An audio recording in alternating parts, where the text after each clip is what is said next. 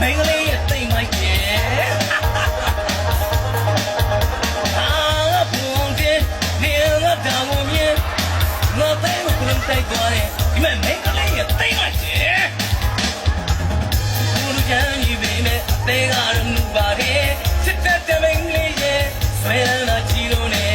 လူချမ်းရဲ့တဲကတော့ပခိုင်မာတယ်ကျွေးပြီးခွဲမင်းကလေးရဲ့ကိုယ်တနာပါခွဲ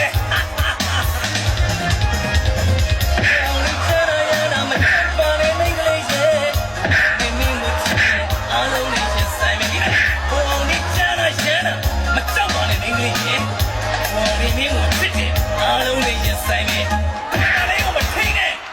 မရဲ့ထွက်ခဲ့ဘုံလေးရဲ့သိန်းလုံးကိုတော့လာမစွာနဲ့ကိုတရားရှိတဲ့မုန်းနဲ့